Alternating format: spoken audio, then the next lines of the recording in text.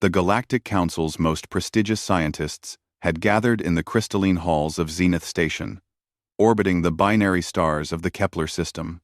Representatives from 47 species had come to witness what they believed would be humanity's greatest embarrassment. Dr. Daisy Chen stood before the assembly, her tablet clutched in trembling hands, while holographic equations floated above the amphitheater like luminescent ghosts. Behind her, through the transparent aluminum viewport, the skeleton of the impossible machine gleamed against the cosmic backdrop.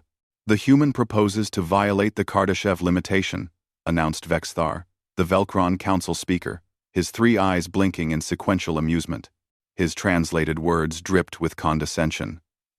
"She claims to have discovered a method to generate energy beyond the theoretical maximum of her species' civilization level." A wave of clicking, chirping, and synthesized laughter rippled through the council chambers. The Velkrons had been the galaxy's preeminent physicists for 12,000 years. They had codified the immutable laws that governed reality itself. And now, this young human, whose species had barely achieved interstellar travel a century ago, stood before them claiming to break those laws. Daisy's jaw tightened. She'd heard it all before. The dismissive comments during peer review. The condescending pats on the shoulder from senior researchers. The helpful suggestions that she pursue more realistic avenues of research. But she hadn't come 37 light-years to be mocked. "With respect, Council Speaker," Daisy said, her voice steady despite her racing heart. "I'm not proposing to violate anything. I'm proposing that the Kardashev limitation, as currently understood, is incomplete." "Impossible," stated Cormith, the Celestian physicist whose textbooks were studied across 1,000 worlds. His crystalline form refracted the chamber's light into rainbow patterns. "The mathematics are absolute. Energy extraction efficiency cannot exceed the thermodynamic boundaries we've established. Your proposal requires achieving 347% efficiency, which would mean creating energy from nothing." "Not from nothing," Daisy countered, pulling up a new hologram. "From the quantum foam substrate that underlies space-time itself. We're not violating conservation of energy. We're accessing a reservoir that your models assume is inaccessible. The zero-point field has been theorized for millennia," Vexthar said dismissively. "Every species discovers it and dreams of tapping it. Every species learns it cannot be done. The energy density required to create a stable extraction field would collapse into a singularity. This is first-year physics, Dr. Chen." Daisy smiled, and there was something fierce in that expression. "That's what my colleague thought too, right up until he built it." She tapped her tablet, and the viewport's focus shifted to a small docking bay attached to Zenith Station.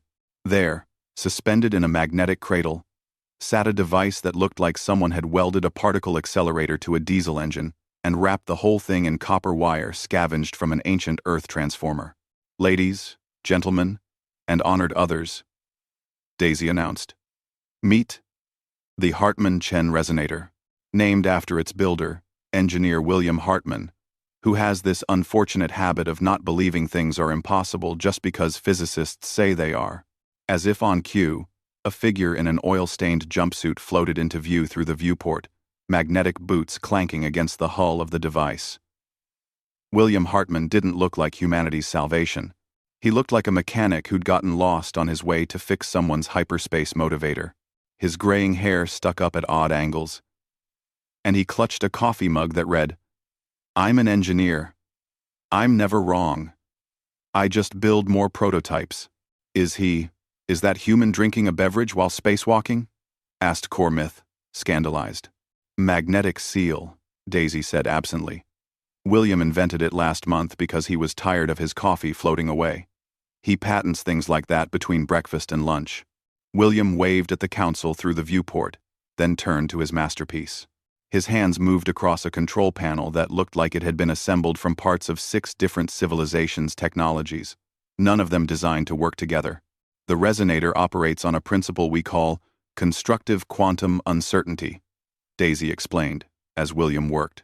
Traditional physics assumes the quantum foam's fluctuations cancel out at macro scales. William's device doesn't try to prevent that cancellation. Instead, it creates a standing wave pattern that amplifies specific frequency resonances before they can collapse. That would require synchronization timing measured in Planck intervals, Vexthar objected. No computational system can. He doesn't use a computer. Daisy interrupted. He uses a physical, harmonic oscillator array. Analog, self-correcting, and completely non-digital. He built it from scratch, using principles from human musical instrument design and something called sympathetic vibration. The council chamber fell silent. Your engineer, Cormith said slowly, solved a quantum mechanics problem. He solved it by not caring about what theory said was impossible, Daisy replied. William's a third-generation aerospace engineer from a place called Texas. His grandfather helped build Earth's first orbital rockets, using slide rules and intuition. His father designed the colony ship drives that brought humans to Alpha Centauri. William grew up believing that if you can imagine it, you can build it. Theoretical limitations are just design challenges waiting for practical solutions. Through the viewport, William finished his adjustments and gave a thumbs-up gesture. Daisy tapped her tablet, and telemetry data flooded the council chamber's displays. Initiating resonator. In 3, 2, 1. The device began to hum a sound that shouldn't have been audible in vacuum but somehow resonated through the station's hull. The space around the resonator began to shimmer, and the energy readings started climbing. 100% efficiency. The theoretical maximum. 150% efficiency. Impossible. Yet there, on every sensor. 200% efficiency. The Celestian delegation began urgent calculations. The readings stabilized at 347.6% efficiency, exactly as Daisy's models had predicted. The resonator was pulling energy from the quantum substrate of reality itself, and it was doing so with the steady reliability of a fusion reactor. The council chamber erupted in chaos. Scientists shouted objections, demanded to examine the data, accused humanity of fraud and trickery.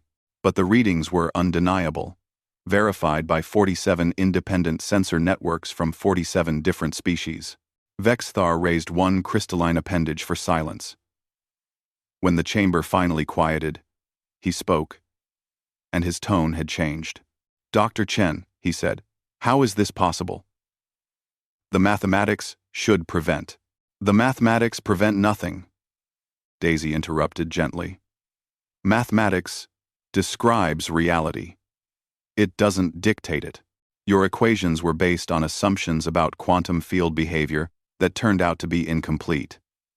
William didn't know enough quantum physics to know what he couldn't do, so he did it anyway. Through the viewport, William had opened his coffee thermos and was toasting the council with it, a grin visible even from this distance.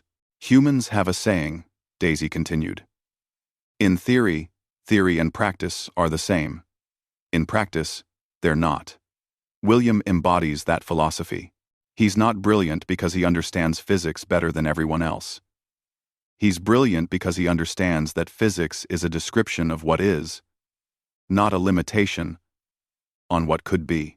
She pulled up one final hologram schematics for a reactor based on the resonator's principles, scaled up 1,000-fold. This is the Hartmann-Chen generator.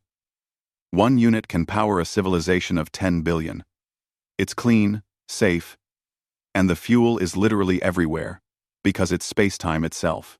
We're offering to share the technology with the Galactic Council freely, with only one condition. Cormith's crystalline form flickered with cautious interest. What condition? Daisy smiled. That every species remembers the lesson William taught us today. Impossible is just an opinion. The universe doesn't care about our theoretical limitations. It only cares about what we actually build. The vote was unanimous. Within a decade, Hartmann-Chen generators would power every major civilization in the galaxy. Within a century, they would enable technologies that even the ancient Velcrons had never dreamed possible. And William Hartmann? He returned to Earth, opened a combination brewery and workshop in Austin, Texas, and spent his retirement designing gadgets that annoyed theoretical physicists and delighted practical engineers. His most famous invention from that period was a beer cooler that maintained perfect temperature by exploiting the same quantum principles as his resonator. He called it the impossible cooler, because if physics said it couldn't be done, well, William Hartman had never been very good at listening to physics anyway.